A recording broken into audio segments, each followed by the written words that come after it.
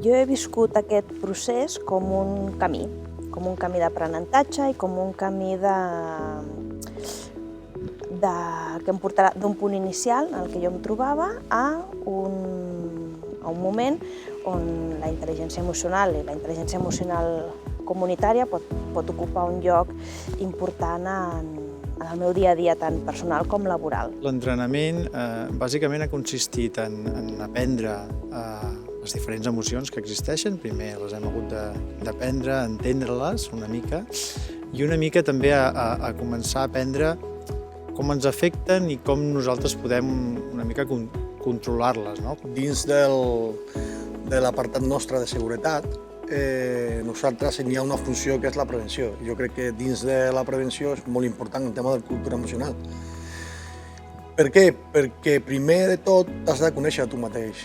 O sigui, primer, si tu no et coneixes a tu mateix i saps interpretar les teves emocions, no pots ajudar alguna persona. El grup de Breda som un grup molt diferent, llavors el fet de poder respectar els ritmes de cadascun dels membres d'aquest grup de treball i el poder treballar de tu a tu, a mi m'ha semblat molt valuós per treballar tot el tema de la intel·ligència emocional. El més valuós, per mi, sens dubte, ha sigut veure una mica els diferents punts de vista de la gent que formem a part de l'entrenament. Jo crec que ha sigut molt positiu perquè intercanvies pensaments, intercanvies maneres de pensar, i jo crec que ha sigut molt valiós el tema d'això, de compartir amb diferents àmbits professionals del municipi. Estic segur que hi ha determinats col·lectius del municipi que potser les emocions que acaben afectant-los o que acaben detectant que tenen que treballar més sovint són unes altres diferents que les que podem treballar nosaltres des d'una entitat concreta. El fet de treballar en aquest entrenament, la intel·ligència emocional, primer la nostra, que és el que primer treballem, per després poder treballar amb la gent del nostre entorn, a mi m'ha permès això, poder agafar una major consciència de mi mateixa, del que em passa, de com em sento, per identificar aquests sentiments, identificar-los bé, perquè moltes vegades notes que et passen coses però no saps si és alegria, si és felicitat, si és tristesa, Llavors, penso que és molt important posar-li bé el nom a l'emoció i a partir d'aquí gestionar aquest reconeixement i posar l'energia en el canal correcte. Canvis.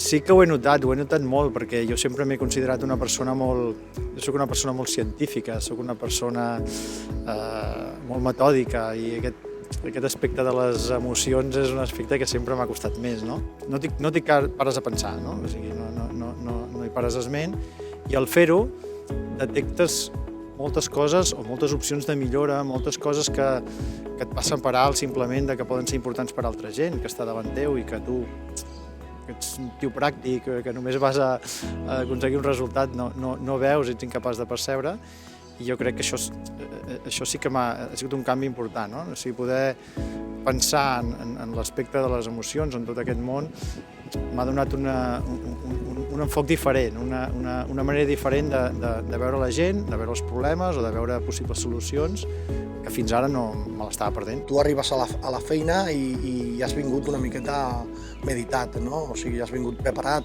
per lo que pot venir, perquè el nostre tenim pujades d'adrenalines constantment, o sigui, estàs tranquil a la comissaria i t'estàs trucant que tens un servei d'aquests que potser no t'agradaria tenir, i vas al lloc i quan vens tocat. Jo recordo serveis que vens una miqueta tocat. Clar, amb això, ostres, t'ajuda perquè comences a agafar-te el problema d'una altra manera. Jo soc treballadora social, treballo amb persones vulnerables del municipi. Llavors, moltes vegades focalitzava la meva mirada cap a aquesta persona amb les coses negatives o amb els problemes o oblidant les parts positives, la part sana d'aquesta persona. Llavors, des que estic fent aquest entrenament o que estic participant en aquest projecte, he vist que he canviat la meva mirada. Intento tenir una visió més àmplia de la persona, intento entendre quan ve enfadat perquè pot venir enfadat, no m'enfado perquè vingui enfadat, sinó que penso que deu haver-hi alguna cosa que ha passat que ha causat aquest sentiment o aquesta emoció en aquesta persona.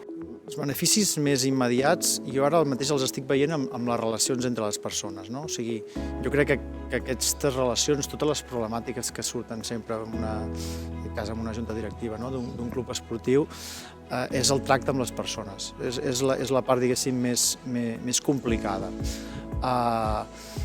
Pot millorar molt, o sigui, hi ha moltes d'aquestes petits problemes que són tonteries. Al final és potser no acabar d'entendre com se sent l'altra persona o quines són les seves expectatives i no acabar de posar les dues coses en el mateix pla, i jo crec que això hi ajudarà molt. Penso que és important implicar el màxim d'agents socials del municipi, des de serveis socials, des de la gent de l'Ajuntament,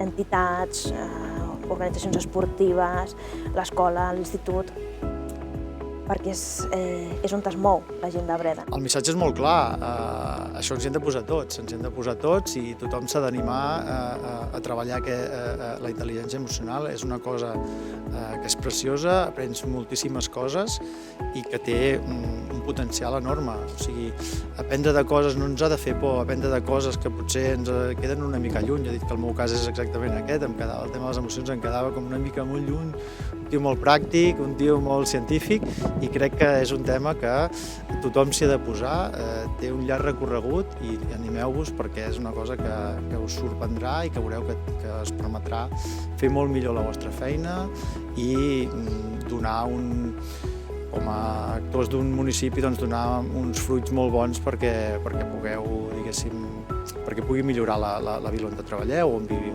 Viure i conviure en un poble sa i que faci acolliment i on les persones se sentin a gust i còmodes és molt beneficiós tant per la gent que hi treballem i que no hi vivim, com és el meu cas, com la gent que hi viu, com la gent que ve de passada, com per la gent que pot venir en un futur.